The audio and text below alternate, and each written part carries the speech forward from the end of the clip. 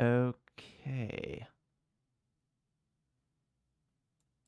Weird. Sorry, guys. Just trying to debug something here for a second.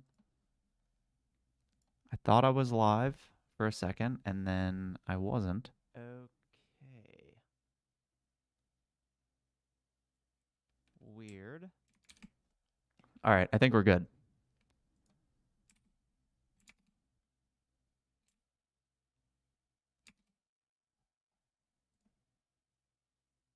Yeah. Thought I was live. Okay. I'm not sure what happened there, but had a little issue going live. Usually, if I just start it in OBS, I'm live. I think that's what I did last week. And then Twitch, it's the same thing, but for some reason, today, it's not. Very weird. I think it might have been me getting a little too fancy trying to like set up a scheduled live stream rather than just going live the way I have been. Um, so yeah, that was a little weird. Anyways, I wanted to continue talking a little bit, um, carrying on from kind of where I left off last week with the whole Lambda school conversation and why I think colleges are over, why I think the future of education is not going to trend more towards college and more towards alternative uh, means of education. And I think one of the big hiccups here, one of the things that really trips people up is one, they can't imagine that world. But two, I think a lot of people are also kind of confused about how to prepare for that world, right? Because if you're my generation or the generation before, um, your path was kind of set for you. It was like you go to high school, you go to college, you get a job, buy a house, so on. I think people that are my age, millennial age, are a little less likely or don't want to live that lifestyle. So, in a world where college starts to deteriorate, or college, the amount of people that are going to college, or the amount of fields you need to go to college to succeed in, as that continues to decrease, I think people start to wonder, okay, what does that future look like? Like, how do I thrive in this? How do I get skills and become marketable enough to where, I can have a career, I can have a job in this world where it's not as easy as going to a college, declaring a major, getting a degree, and then you get hired. So that's a much different world, and those are some questions that people are going to have. And I think some things to consider. First is I think we need to put it into the minds of kids that the things that they're doing, the hobbies that they have, the passion projects that they do in their free time, it's going to be a little bit on the parents because I think parents have to show them the potential and have some sort of idea of what the potential of their skill set is, which can be hard because a lot of parents will be skeptical. A lot of parents will just downplay what they're doing. But when I look at my own life, when I look at when I was a kid, I used to mess around in Photoshop quite a bit. I would there were these things called signatures on forums. You'd have like your little you could just put your name, but you could also have an image there. And I was really big into gaming at the time, and I think it was what is the forum? GameSpot. I used to go on GameSpot all the time. And whoa, this website looks way different now. Wow. Way different. That's not what I remember. Um but yeah, where was I going? Okay, so I was making signatures for people on there. And it was totally just passion for me. It was just I thought it was cool. It was cool for me to make these images, and then I would just be on the forums and I would see work that I'd made that people were using. That was really, really cool.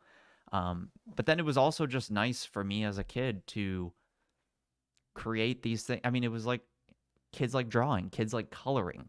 For me, it was just a digital version of that. Once I discovered Photoshop, it was like, oh, this is actually pretty cool, pretty enjoyable. But I never really saw the future potential in that. I never saw the ability for me to like turn that into a job. It was just this thing that I was doing and I never thought much of it. But nowadays, you'll see a lot of people online, or you'll see stories of kids, teenagers, who have skill sets that are good enough for them to make a living online. And it's easier than ever in today's world. The ability to find one-off work and leverage your skills and get paid for it is it's never been more accessible. And in today's world with the internet, things like your age don't matter as much. Where you're located doesn't matter as much. I've read stories online of people who, are going to send proposals to somebody and they're like, hey, should I mention my age in this? I'm only 17. Don't tell them what they don't need to know.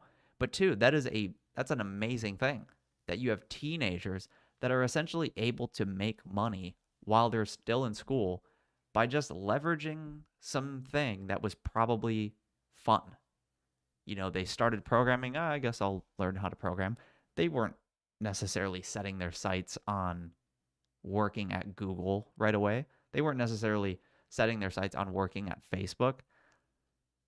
This was just something fun. They probably played a game. They wanted to make their own game. Then they might have ventured into making websites. And then before you know it, if they're ambitious enough, now they're actually making money off of this.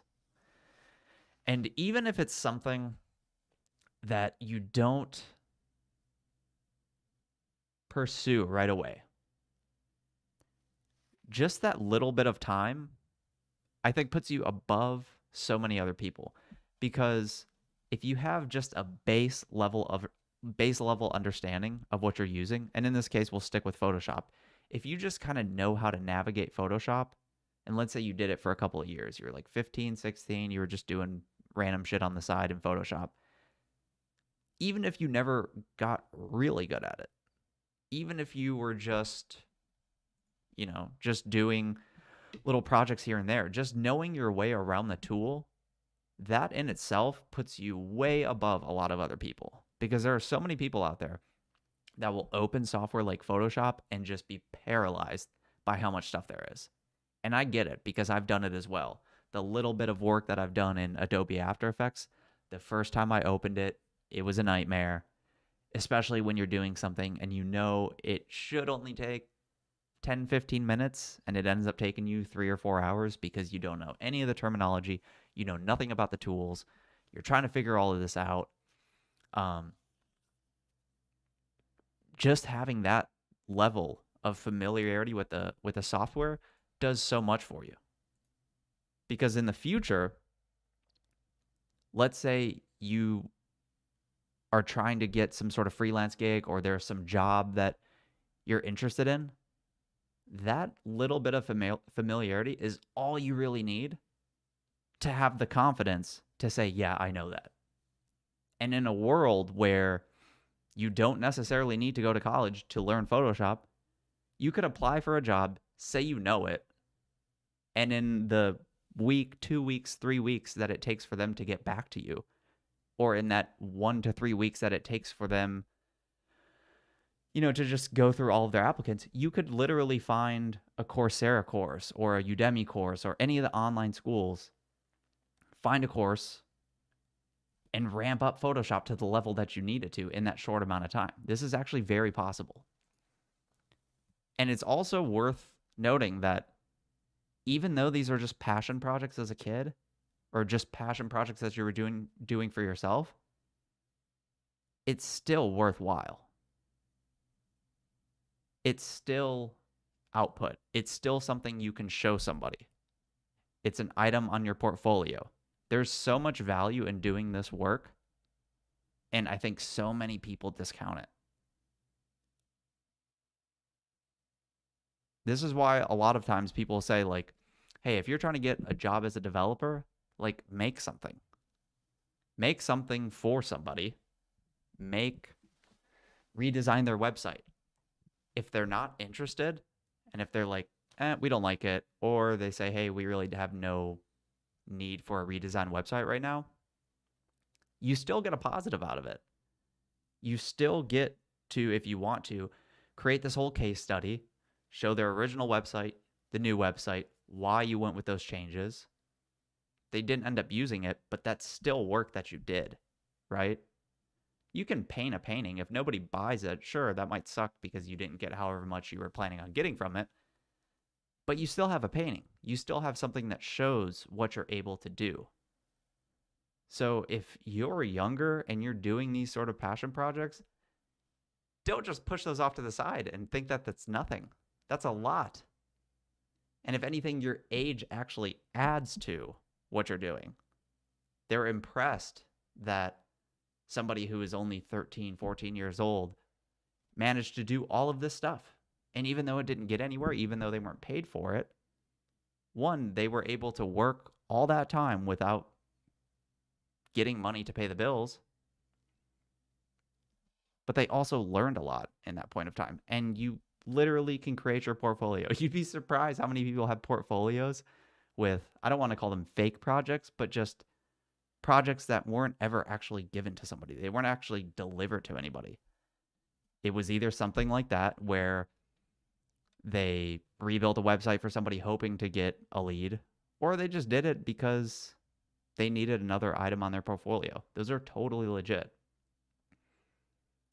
And I think this is how you have to start thinking about the future. Those small skills add up. Those small skills, even if it was only a couple of months of work and then you never touch Photoshop again, or you used Adobe After Effects for 3 or 4 months, you were doing YouTube, and then you never touched it again, you can still ramp up very quickly. You can find that online course, condense a ton of knowledge into a week or 2 weeks, and then actually be decent enough to get hired. I mean, just go on Instagram sometimes. I might have to start doing this more often, but every once in a while I'll see ads on Instagram and I'm just like, who made this? Did you guys hire anybody? Was this just done completely in-house? Like, I'm not sure.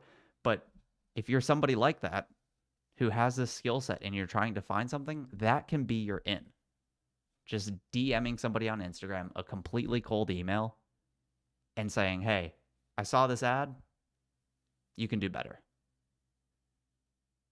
And if you send them an updated version of their ad without even asking, they may or may not take it. The worst that happens, they turn you down. You have a new item for your portfolio. The best that happens, they hire you. Unfortunately, this is the world we live in. People aren't going to hire solely off of a degree anymore. And all you have to do is just ask yourself the same question. If you were hiring somebody, let's say you needed a video editor. I'm hiring a video editor for my stream. I have one person come to me with a degree. They have a bachelor's in video production and editing. And then I have another person who has 50 YouTube videos. And they say, hey, watch this one, watch this one. These are all videos that I've edited. And they're ranked by views. And it starts at 1.5 million views. That does so much more. I don't care where that degree is from. If somebody can point to the wild, give me a URL and say, pull up this link, see those views, that's my video. I edited that. Here's a bunch of other videos. I don't just do, gaming highlights. I can also do these types of videos. It starts to add up. And it's big. But unfortunately, it means there's a lot more work. That's the bad part about this. When you actually have to prove your worth, when you have to prove, whoops, hold on, got my cable stuck in my wheel here. When you actually have to prove your worth, It's tough. That's when holes get shown. But this is the direction the world is going. And you either capitalize on that and start to branch out and acquire as many skills as possible, or you keep banking on this model of, I'm going to go to this institution, get a piece of paper, and magically be hireable. That's just not how it is.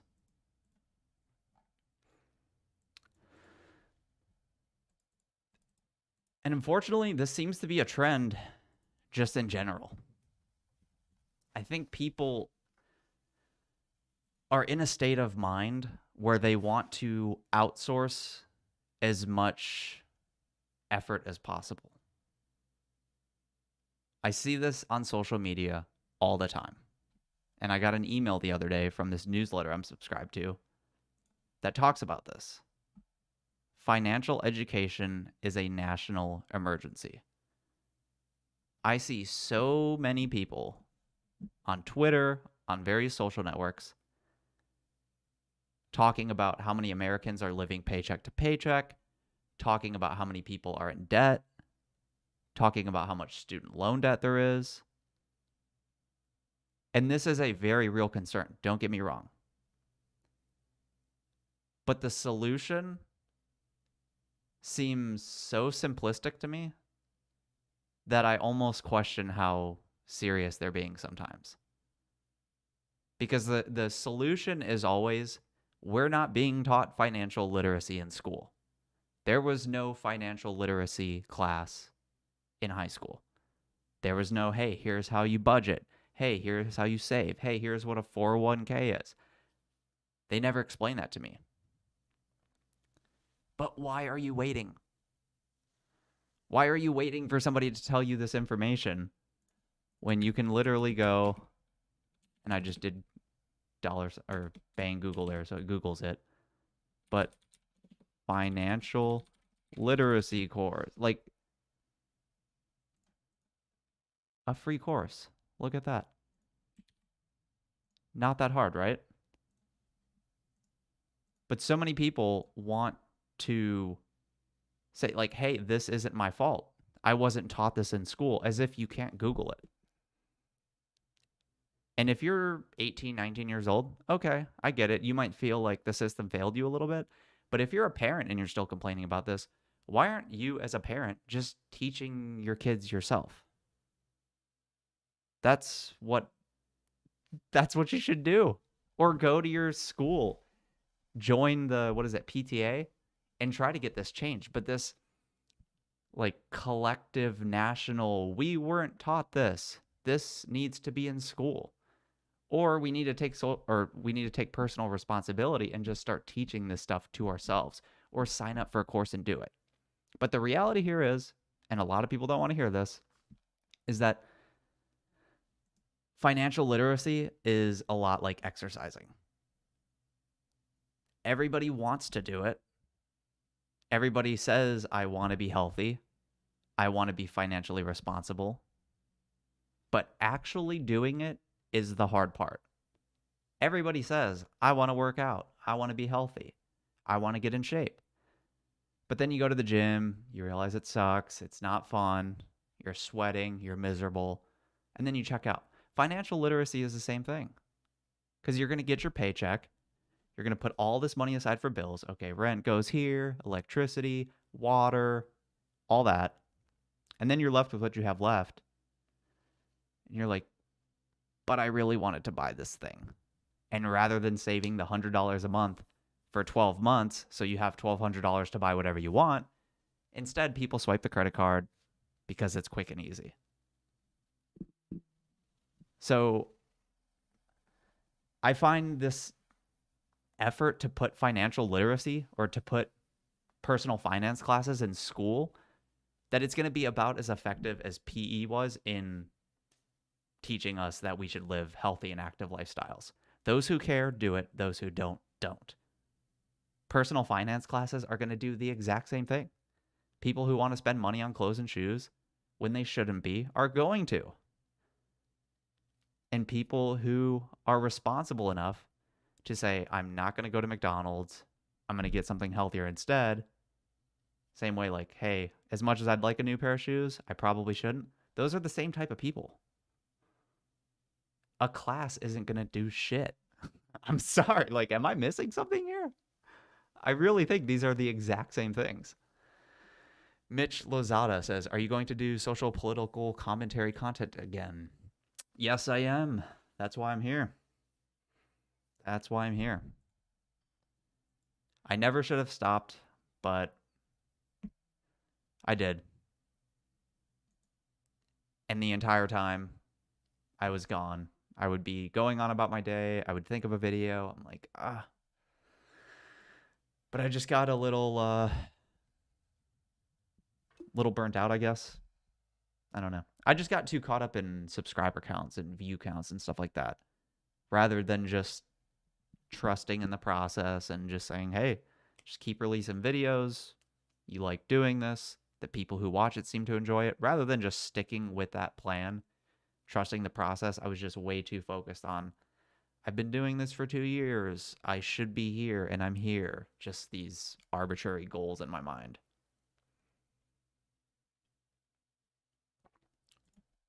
But yeah, going back to the whole financial literacy thing, as unfortunate as it is, it kind of takes a big life event for you to make change in your life. You have to want to change. PE did nothing for kids in class. I mean, it was a nice break because we're kids and we didn't want to be in class all the time. I could sit in a class and study biology or go play volleyball for an hour. Like, fuck yeah, I'm taking volleyball. But is that the world we would be in if there was no PE? If you didn't have PE and recess in school, would people be blaming obesity in America on the lack of physical education in school? I kind of think that's where we would be. And I think we're in the same spot with personal finance. And don't get me wrong, I think this is a very, very serious problem. And it's something I've had to address in my own life. Like, naturally, I am not a very financially smart person, I don't think. It's easy for me to spend money. But, like a lot of other things in life, I eventually realized, like, hey, the hard thing is simple as a concept, but actually doing it is hard. When it's late at night, you don't feel like cooking, you're like, you know what? Let me just do Uber Eats. It's very easy to do that. It's very easy to go out for a coffee every single day and order a Starbucks coffee or order a coffee from an even more expensive coffee shop. It's very easy to do that. It's not the smart thing to do. And look at some of the numbers here. About 66% of American families don't have savings that are equivalent to 6 weeks of expenses. I honestly would have thought that number would be way higher. 78% of adults live paycheck to paycheck. That is frightening. And money doesn't have that much to do with it. Because I've known people who make great money. I knew one woman that was a lawyer making like $300,000-$400,000 a year, paycheck to paycheck. But there is some hope here, because as depressing as some of these numbers are, 54% of millennials are concerned about their student loan. 54% of millennials are concerned about their student loan debt. The other ones, I guess, just checked out on ever paying it. That's my takeaway from that. But look at this. Approximately 80% of millionaires inherited $0. 33% of millionaires never made $100,000 in a single year.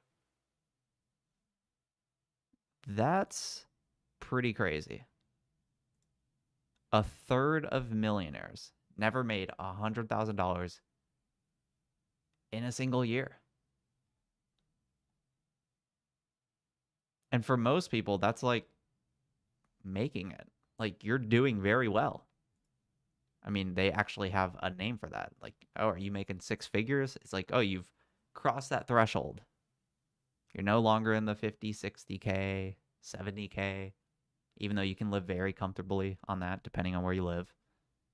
But once you hit that 6K or six figure mark, that 100K mark, then everything changes. Socially, I should say. But according to this, a third of millionaires have never done that. That's, I would have guessed, I think single digits, if I had to guess. I mean, I know there's that Millionaire Next Door. I've never read this. But yeah, this is the book that I've heard a lot about. #1 bestseller in wealth management. See, that's the other thing. If you're that concerned with your personal finance, if you're still bitching and moaning about the fact that you weren't taught this in high school, look at this. It's a hyperlink. You can click that. Read a damn book. Again, I have a little bit more sympathy whenever it's kids who are complaining about this. If you're still in school and you feel failed by the system, go ahead, complain all day. You're a kid. You should be able to. But when there are adults doing this, I'm like, take a little bit of ownership in your life. And if you don't want to go to your school and complain to your kid's school about the fact that they're not teaching it, you teach it. When you're planning out your month, like sit them down or give them allowance or something. But if you've never taken any steps yourself to address this problem, like I just don't have that much sympathy for you. I mean, again, I took PE when I was in school, like every kid did, but that was mostly just random games class. One week it's volleyball, the next week it's kickball, the next week it's softball, right? We weren't taught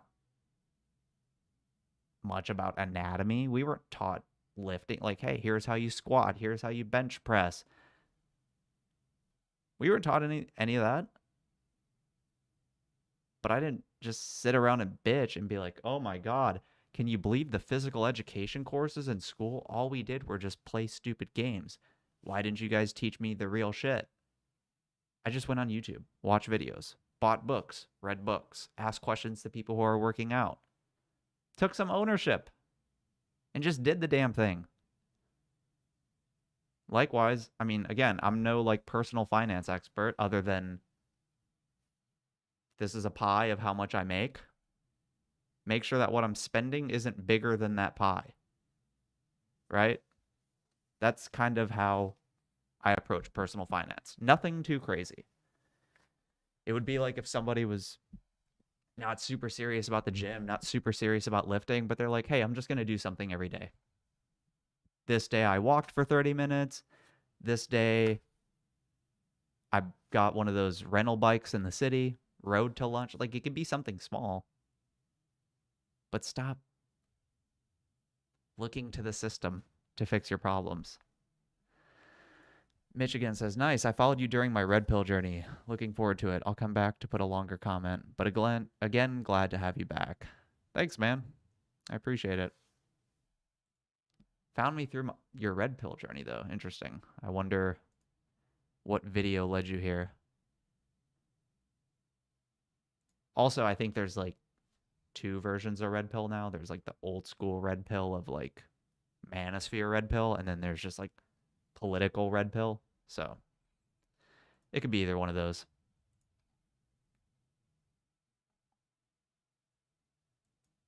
But yeah, one last thing too. If you're going to look to schools to teach you personal finance, even if, let's say they did it at a federal level, they're like, look at how many people are living paycheck to paycheck. Look how much debt we have. And the government said, we're going to come in and we're going to start teaching personal finance, and it's going to be part of the, what is it called? The Common Core curriculum. It's not going to be perfect. There are so many different lifestyles, so many different amounts of risk that people are willing to take. You have some people that are like, hey, don't sweat the $3 coffee. You're not going to make a ton of money by saving a coffee a day.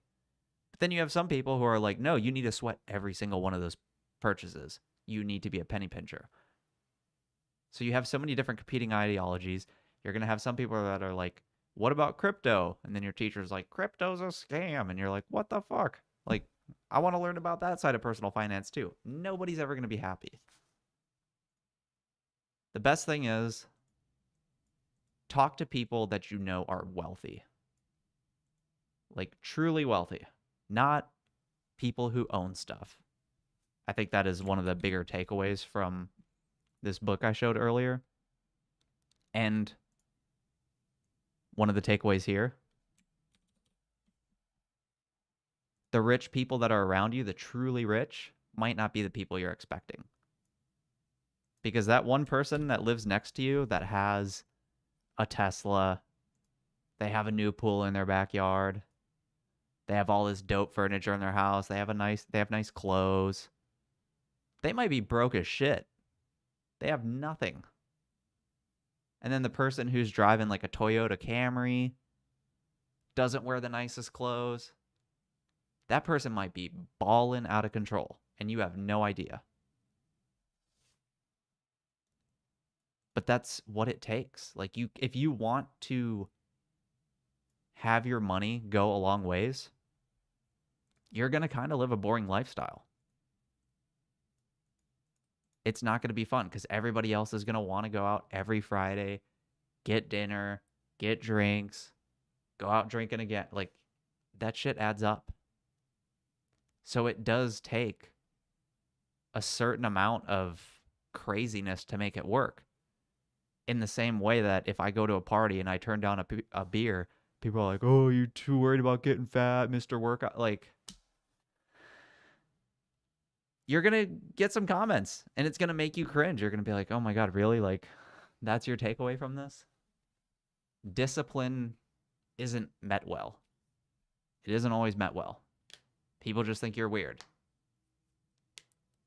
And some of the people around you that are closest to you might know, like, hey, man, you're making good money. I never see you spending money on shit. Like, why are you driving a Toyota Camry? Like, you could afford a Tesla. Get a Tesla, dude. But the easy things to do. What is that Naval quote? Actually, let me find it.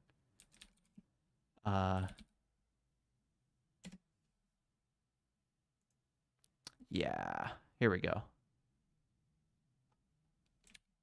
Easy.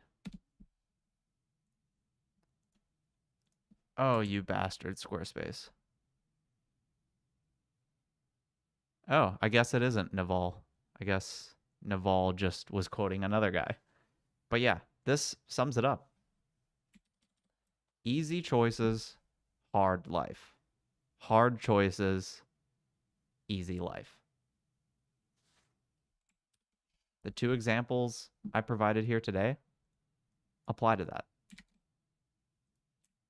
When it comes to personal finance, the easy choices are going to screw you over. It's easy to buy a car.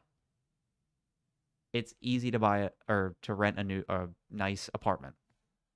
It's easy to buy things that make people look at you and go, damn, dude, doing pretty well. Got a Model Y? Holy shit. Model 3? God damn. Can I go for a drive? That's easy. But when everybody around you is buying cars, when everybody around you is upgrading their lifestyle, when everybody around you gets a raise and upgrades their lifestyle with that raise rather than getting a raise and keeping their lifestyle the same, it's hard to be that person that's disciplined.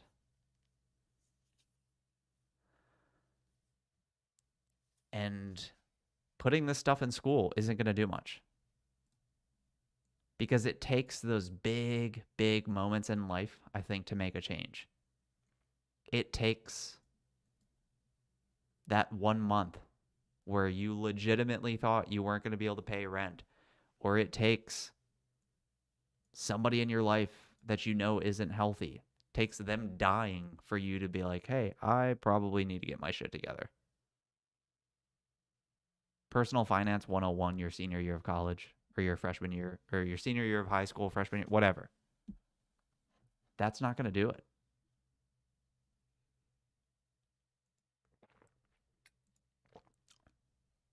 People simplify this stuff. It's kind of hilarious to me. But yeah, don't wait for this stuff. And again, just go back to what you actually need. This was one of the best learning moments of my life, even though I didn't intentionally do it. When did I publish this? 2018. Damn, already 3 years ago? Yeah, so I wrote this book 3 years ago. And when I wrote that book, when I was working on it, I think I worked on it for 7, 8, 9 months, somewhere around there. Quit my job full time, saved up a bunch of money, and I was like, I'm just going to work from this cash that I've set aside. I'm just going to pull from that rather than try and work and write this book at the same time. And when I had that cash saved up, one of the first things I did was look at how much cash I had, and then I calculated my burn rate. And I went with the absolute essentials: rent, groceries, electricity bill, internet, all of the things I absolutely needed. And then I just multiplied that, or divided however much money I had by that amount to see, okay, how many months do I have here to play with? Like, how long can I really do this? And then as time went by through those months, I actually found my numbers were off by quite a bit. And it's because once I really started going through, like, day by day, started living it, I realized how many impulse purchases I was making. I realized how many times I would just randomly buy some shit on Amazon. There were all these little things here and there. And then, like, I ran out of supplements, and I was like, okay, should I buy another jug of whey protein? Well, actually, I don't really need protein. It's just something I did, and it supplements my life, but I didn't actually need it. So I started cutting out more of those purchases. And then, like, 2 or 3 months in, I realized, wait, I spend way more money than I thought I did. Even when I thought I was being good, I actually spend way, way more money than I thought I did. So it takes some of those moments. It's either going to be some, like, financial disaster in your own life. Your car breaks down. Whoa. Almost knocked this light over. It's going to take those big moments in life where your car breaks down, you can't pay for it, or just a reality check like that where I quit my job, lowered my burn rate as much as possible, and got to see for myself how much money that I was wasting. And the same thing would happen for your own health, your own bodily health. All right. So I'm going to move on to this next story. Going back to Mitch Lozada, if you're still here. He said he wanted some social political commentary. Well, here it is. Not a big baseball guy. Professional baseball, unless it's the World Series and the stakes are high, I'll watch it. But other than that, it's pretty much watching paint dry to me. It's not interesting. I mean, I like playing the game, but watching it is just a nightmare, especially when there are 300 games in a season. It's just not the greatest spectator sport. But here I am to talk about baseball because of insensitive comments that Stephen A. Smith made to the Japanese baseball star. We'll just call him Ohtani. Not sure how to pronounce his name. We'll go with Ohtani. Like I said, I don't watch baseball, but even I have heard about this guy. It's like Jeremy Lin when Linsanity was going on. It's like even though I didn't watch basketball, I knew something was going on because all of a sudden I couldn't get away from Jeremy Lin. And lately with baseball, it's been Ohtani. Stephen A came under fire for something that he said, which to me is the most inoffensive statement he could have made. Pretty matter of fact from a business marketing standpoint, but somehow this blew up in Stephen A's face as much as it can for somebody like Stephen A. And he had to come out and make like clarifying remarks, make another follow-up video. He even had to make a tweet saying how sorry he was, even though I doubt he actually is.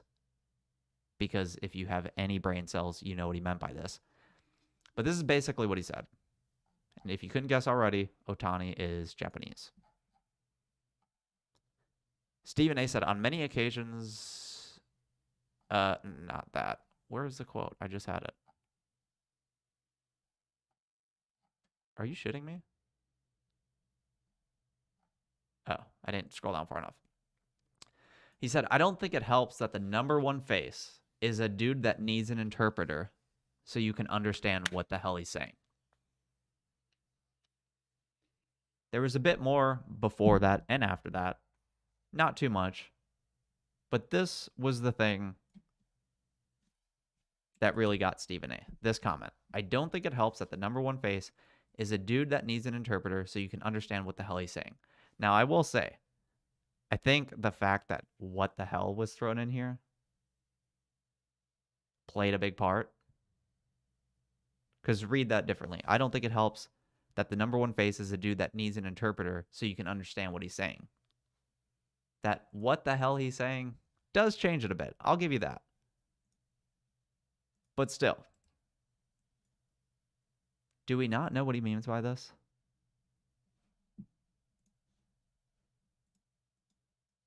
Like I said, Ohtani, I couldn't escape this. I don't watch baseball. I know he's kicking ass right now.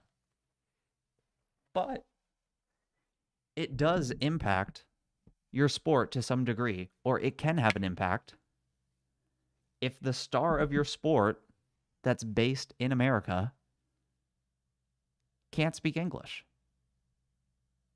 That's all he was saying. It doesn't help Major League Baseball when their biggest star needs a translator.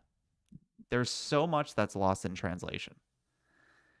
He can't be as funny as he might want to be. He can't be as charismatic.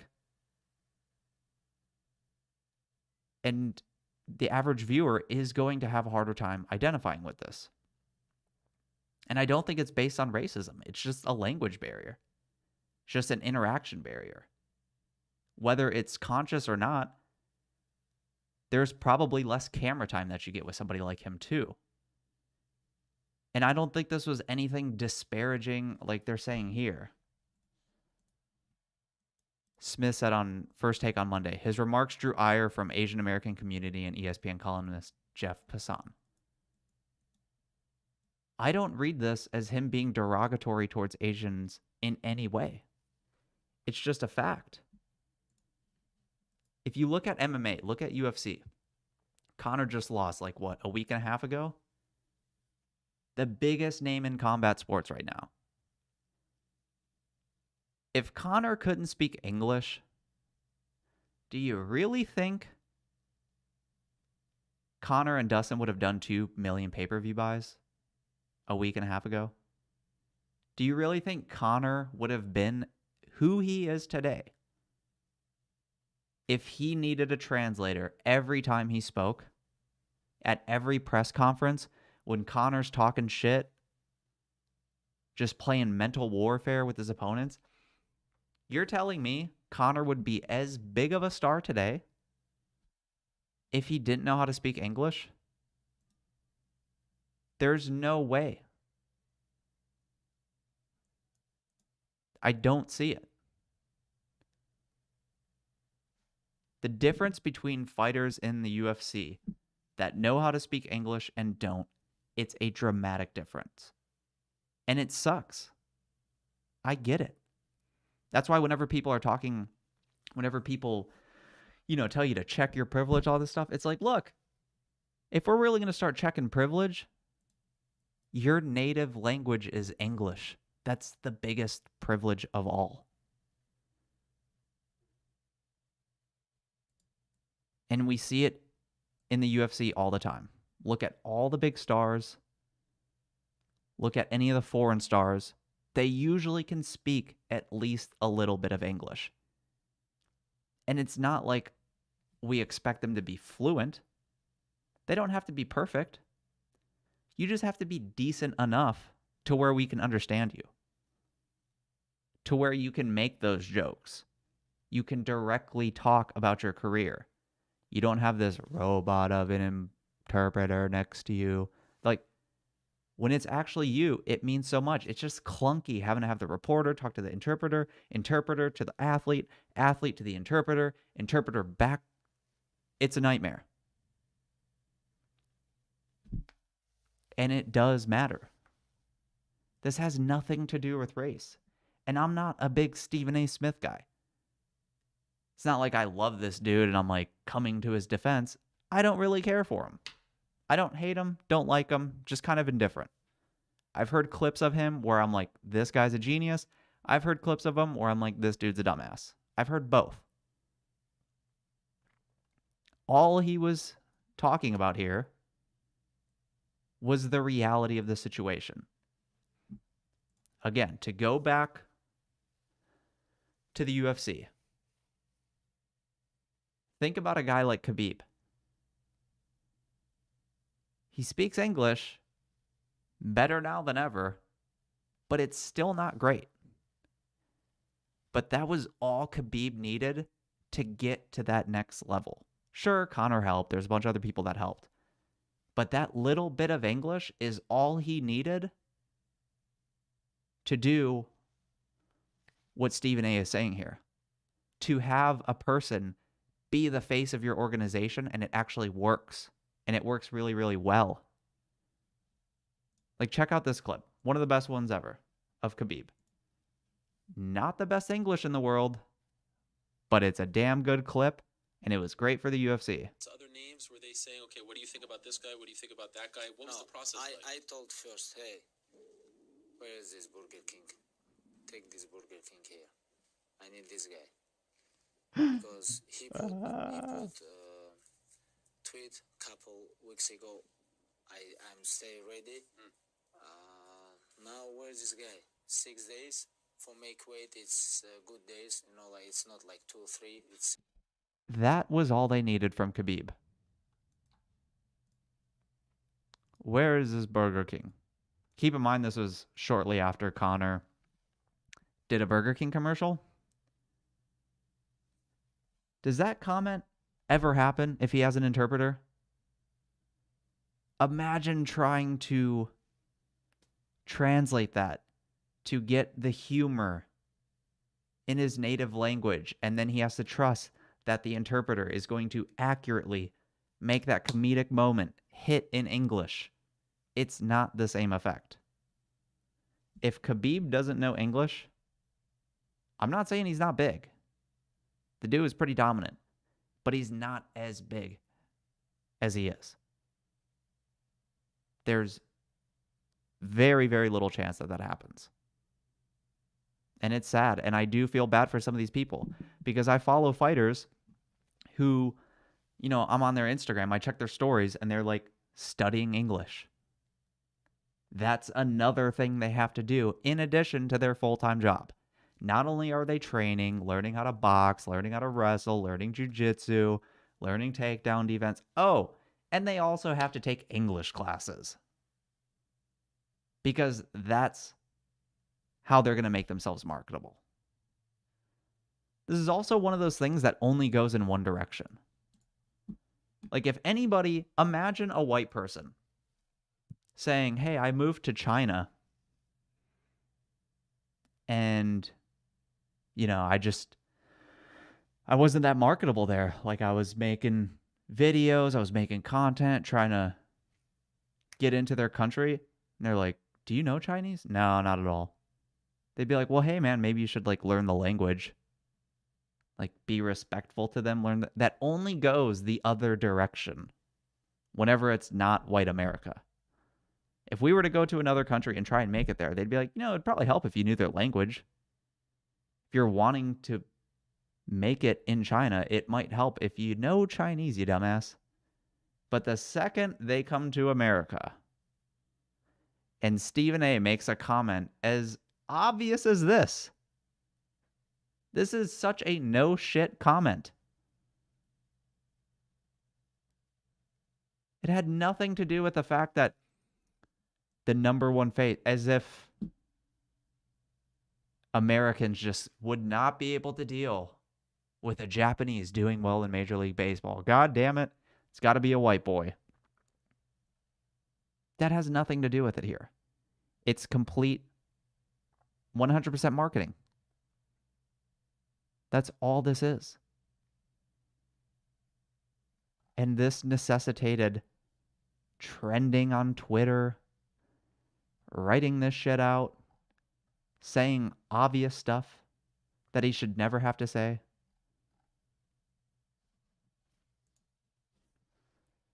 This is insane. And people kept pointing back to Ichiro. You guys remember Ichiro? He played... When did he play? I know it was young. Yeah, so he started with the Seattle Mariners in 2001. So I was 11 years old. And I remember the craze of Ichiro coming over to the major leagues. But people kept pointing that out. On Twitter, they would be like, oh, yeah, Ohtani can't make it. Ohtani can't be the face of the major leagues because he's Japanese. Well, what about Ichiro? It's like, yeah, what about him? He was big. He made it into the major leagues, sure. But you have no idea how much bigger he could have been had he known English. He could have been doing... Think about media. Think about the Burger King.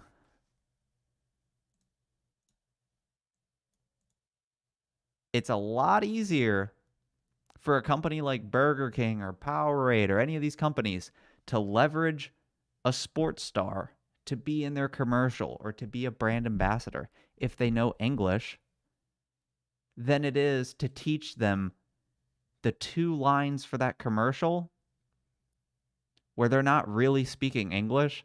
They're just memorizing the sound of that 2-sentence long statement. And then when they say it, you can tell they don't really know what they're saying. They just memorize sound. Like, it's just awkward. So they're like, okay, we could either do a commercial with Ichiro and it's going to be a little awkward, or it's going to be hard because he doesn't speak English, or they thought he didn't. Or you have other athletes who do and can do so much more. And then that's probably like one less person you have to hire. Because I'm imagining the interpreter doesn't work for free.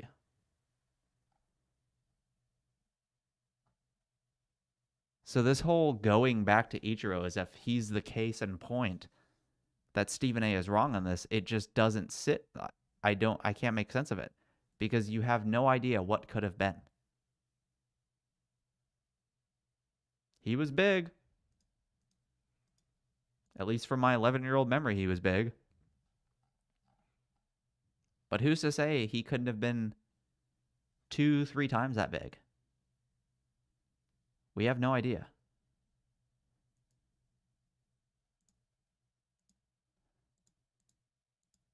This is one of the most important or annoying things about the internet and social media right now. Is that a guy like Stephen A can come out and say this, and then there's immediate backlash with such a dishonest interpretation of what he was saying. And this whole collective, like, this shit irritates the hell out of me, too.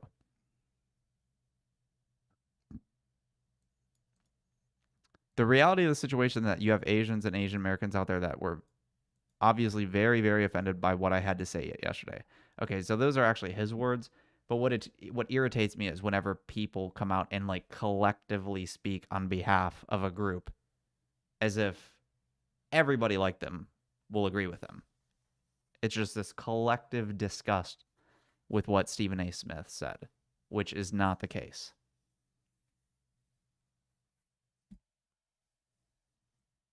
But that's what it turns into. It's like, look what you did to this group. We as a group are offended by what you said. And then they have to come out and apologize for this stuff. When really it should just be, hey, you know what I meant. Move on with your day. But unfortunately, that's not where we're at. We have to pretend like Stephen A. Smith is racist or he's somehow just acting like the major leagues can have a poster boy, but let's not have it be an Asian. You know what I mean? Fucking irritating, man. This shit matters. Again, just think about it from the other point of view. Put your mind in somebody else going to another country. If somebody criticized you and said, hey, man, it's going to be kind of hard for you to be a star over here because after every game, you're speaking English. We got to translate it to Japanese. And then they can hear it. You can't make jokes. The little wordplay and all the sentences you do. Like, all of that is lost. It's so robotic. Of course you're not going to be as big of a star as you could be.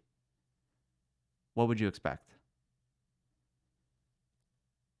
But with this, we have to feign outrage and act as if Stephen A. is some sort of racist. It's insane, man. Drives me crazy. But it's damn light. I keep hitting it. At least I didn't knock it over. Almost did. All right. So yeah, I'll stick around for a few more minutes in case any of you guys have questions. But yeah,